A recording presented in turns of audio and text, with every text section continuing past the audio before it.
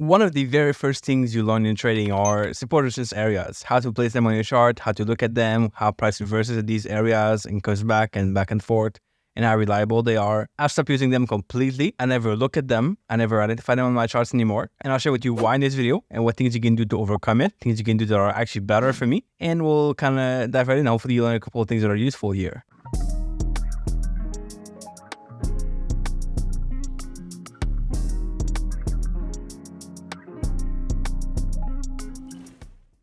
Right, so in this video, I'm going to go through some charts. I'll make sure my recording is going on here, right? And we'll have a look at why we don't have to use these zones on the charts anymore. So let me pull up here a old chart that I didn't delete. You usually have some zones here on my chart. The way I kind of used to do it with support and resistance areas. And for the most part, this is how I traded for my first 11 years of trading. You see I have these zones, so I look at these highs and these lows, and I've taught them on YouTube for a long time. I share with people how to do it. Now, there's a few issues why I don't trade with these zones anymore, and I'll share with you why. The first one is when you pull up a chart and you look at these support resistance areas, it takes a long time to analyze your charts. You got to go every weekend through your zones, see if anything changed. If you don't do it for a while, it really gets messy. If you add some more zones every week and you don't kind of clean it up, you're going to have a whole lot of mess in your charts, and it kind of gets really confusing. You see I have some lines in my chart, and these are, for the most part, useful to look at where price reversed in the past. When price gets there again, we don't know if it's going to reverse or not. It could just break out through the zone, and it takes time to let go on the price menu high. I have to put some more zones here. I'm going to have to go and add some lines there. I have to go and then I want to look at, oh, do we have any zones in between? Or maybe I missed one over here. So I'm going to go and add one more line over here for my zones. And it kind of gets like you have a lot of stuff on your chart over time that way. It's also very, very easy to overdo it or to miss some zones. So what if you go back on your chart 2 weeks from now and you see, oh, I kind of missed this zone here. Oh, this zone should be added. Or you kind of overdo it. You add too many zones that are in between. There are secondary zones where price might not really react to, but you see it in your chart, so you add it there. And then you just end up with like these zones in your chart that you cannot really do anything with. Especially when price is in a choppy market like this one over here, the PAD.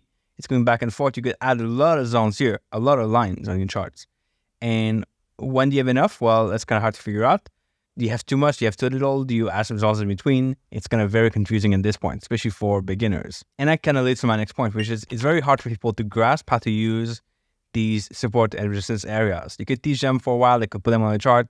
Usually you put it wrong at first. You have to teach them how to do it better. You got to add some more rules for them because it's very subjective. These zones are not meant to be the same for everyone. You're going to go to someone's chart. They could place some zones. They'll forget some part. Depending on how far they look back, they could add a ton of them. And that just kind of makes things really confusing overall. So I found for myself it's hard to teach it. And therefore, if I cannot teach it to people, then I probably should find a better way to do it. And I probably shouldn't be using it myself eventually. So that's kind of what it came to is if it's too hard for people to get results with it, then I have to find a better way to teach people to trade. I've talked with traders in the past who use zones a lot in their trading. Some people who don't use them at all. I was kind of curious about how can I trade without these zones? I'll share some cool ways with you in a minute, things that really work for me. But you got to understand the fact that these zones are very subjective. People at different levels will see them different ways. And we never know if they're going to work. So it's kind of always confusing when you get to a level. Then people ask you, well, is this level going to hold? Is it a good one or a bad one? And you're like, well, it depends on the setup. We cannot really predict if it will work or not. So you just have to kind of wait and see. That's just like very ambiguous for people to look at zones and not be sure if price will react. Then you have the whole issue of, oh, is it too early to enter or is it too late to enter? Like when price breaks the zone, you could have these really pretty lines on your charts, but do you know if price will hold or reject them? Like, is it too early here to buy? Well, some people would say yes, some people would say no, you should buy it here and hope for price to go back up, somewhere like this, in which case it completely failed. And then you see, oh, well, here, hey, you're going to buy here. You have a good setup here. You buy again, completely fails again. And you have a lot of kind of ambiguity that way, where it's really unclear. Should you go long? Should you go short? Should you trade the breakout? Should you actually go and buy the reversal instead? It's kind of like very hard to figure out. So that's kind of the idea here. If it's hard to teach, then people have a hard time to learn. Now, over time, I kind of found ways for me to understand these better and kind of put rules in my own trading plan to avoid ambiguity a little bit. So if price is too early, I'll skip it. So I wouldn't trade here. If price is coming in late, I'll take the trade. So this one I would probably take it. Of course, we got to have a good setup on the charts first. It's not about the zone only. It's about the setup that shows up at that zone. So I want to be looking at the charts first. Make sure we have the right candlesticks to jump in. And then I'll take the trade if it makes sense. But that makes a lot of rules to teach people too, of like all these subtleties and things you got to look at on the chart. Nothing here cannot be done, of course. I've done this for multiple years. It worked well for me. But I had to move away because I found better ways to do it. Also, I want to trade on daily charts. I want to find ways to speed up my analysis in the charts. So let's look at a few tools you can use to spot some sort of zones in your chart to place trades. Tools that will give you a good way of looking at places where you could enter a trade, places where price might reverse, and have some pretty good accuracy that way. So here's my chart layout when I trade my Bollinger Band reversal strategy. I teach this for free, by the way. I'll leave the course I have below. You can take that free course, learn the strategy behind it, learn all my rules. I'll show you step by step how it works on the charts, how you can place trades with it, the setups that I look for, and how to exit the trades, of course, with a profit or with a loss if it happens. That's all covered in this free course linked below. But here's how this works. So the way I've done it for a long time is I look at this chart, I place some zones, I place a support here, I'll place a resistance area over here. I'll look at zones that make sense based in the past. And that's kind of what I've done for a long time, right? You see I put a support over here maybe. Then when price comes back to that support, we'll look for trades. That's kind of the idea behind this strategy, right? Of course, you've got a setup on your charts here to show up. These would be good setup we enter. Now, one thing I found that works really well is using a moving average slope as a tool for giving us a better entry. So have a look at this. This is a reversal strategy, by the way. So it's a Bollinger Band reversal strategy.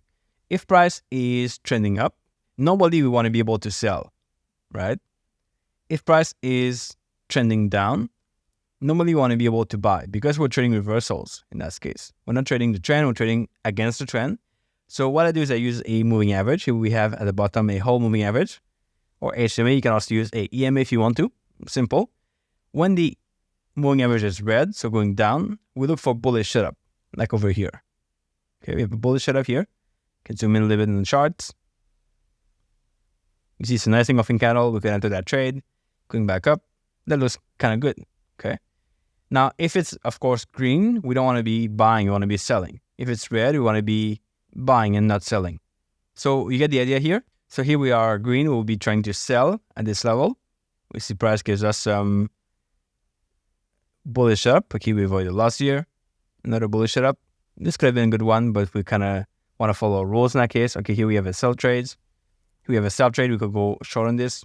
You're going to have to play with your period for your moving average here. So I usually have a 200 period moving average. This one is 200 based on this time frame. Okay, looks good. Here is the trade that we would probably stop out on, but we have another one coming up here. So short here. Stop loss above. And we see price in this case follow through on the move. Went back down quite a bit because it's a really good trade, by the way. Really strong setup. That worked out quite well. Now here we move to red. So we have a down sloping moving average going down. We look for buy trade. We have one over here. Not the best setup. This is kind of weak, but we see price. Yeah, didn't really fall through on this one. And here again, we are on a green upward sloping moving average. So this is going up. We have a bearish setup here. Kind of led to some move in that case. Now you gotta have some rules behind it, but this is a good way to filter out those trades. I found this works even better on the daily chart than the forward chart. Usually I trade only daily charts. So if we go back here, we see here it's trending up. We're gonna be able to sell. We don't have any setup that much in the chart here. Go back in time a little bit. Okay, here we are. See, we are downward. So we want to look for buy trades, counter trend. Here you have a buy trade, kind of nice move, pretty quick. Here we don't take this setup over here because it's a opposite setup. Continue forward. Here we have a buy and it's up, so we don't take this one. Here we are going down and buy trade. We'll take this trade over here. It's a good one, very good one actually. Kind of a nice move. We could get a 1-to-1 on this or maybe 2-to-1, depending how you place your stop loss. And we continue that way. So here we are green, bearish setup. Again, we'll take that trade, right? Stop loss above the high, going down. And this worked quite well. Again, really nice setup. Again, here we are green, bullish setup. We'll skip this one. So you see the idea here. We look for a confluence in terms of trend. When it's green, we want to look for bearish trade because it's a reversal strategy. Right? Keep this in mind. If it's a trending strategy, it would be the opposite. So we look for a green for a bullish setup, like as it works usually. So that's the idea behind this. That's one way to do it. It works really well for me. I've seen a lot of good success with this. Another way which is kind of really cool with this is now we have a Bollinger Band on our chart. This could be used as a tool for support resistance areas. You see price hits the upper band, goes back down, hits the lower band, goes back up. When price hits this top band, this could be a place to look for setups. Now we could use a daily Bollinger Band and maybe take trades on the forward chart. So we have the zone here. This gives us a nice zone. When price is at the top, we look for bearish trades. When price is at the bottom, we look for bullish trades. So kind of like the support resistance areas, the way it works. I've seen some good success too with the Kaplan channel, which is one we have on TradingView for free. So click this one, Kaplan channels. And this gives you a similar idea, right? So I'm going to take off Boltzmann here so you don't have to see this whole thing. And we'll just keep the Kaplan channel here. Again, my setups are marked with these blue setups here because we have a blue here. But what I like to do is I like to keep this one and put it on a higher time frame, like let's say a 50 period. Okay, 50 seems to work well. We are keeping the same order value, so 2 standard deviation, source is closed, exponential MA, average through range for the bands. 10 period, you could do, of course, another 50, but it kind of looks the same. So it's just like smoothed out on the edge. I'll keep it at 10. And this gives us a higher time frame range for trades, right? So again, very simple. What we do is we could, of course, customize this and make it this on a daily chart. And then we go in forward charts for our trades. What I'll do here in this example is I'll open a new chart. So what I want to do here is filter out the bad setup. I've put a 1 hour chart below. This is our daily chart for the Kaplan at a 50 period above. And what we'll do is we'll only filter bad setup. So here we have a bunch of sell trades. We see prices right in the middle of the Kaplan channel in that case. Right, so here we have some sell trades again. Price in the middle. So we don't want to be selling here. We want to be selling what's at the top. So we kind of use it like this to filter out. Here we have a bullish trade, which is at the middle too. Okay, this one also. But these lead to small targets. So we want to be able to avoid these. Look over here. We are under the Kaplan channel at an extreme point. We have some setups. And these you see produce much bigger moves than before. Right? They give us a much bigger move to the upside from there. Over here, we started to go out. This could be a quick scalp, not a best setup, of course, but we could play with the settings to make it better in this case. Let's have a look at this setup over here. Click this. Okay, here we are, a sell trade at the bottom, so that's bad. We don't want to take that. Here we are, a bullish trade outside the Kaplan channel. So this is a good one here because we are outside. We play with this kind of as a support. It's a good trade over here. Here we are outside also. Not the best. We could play with this more. So we want to be able to capture the extremes. That would be the idea here. We have a sell trade.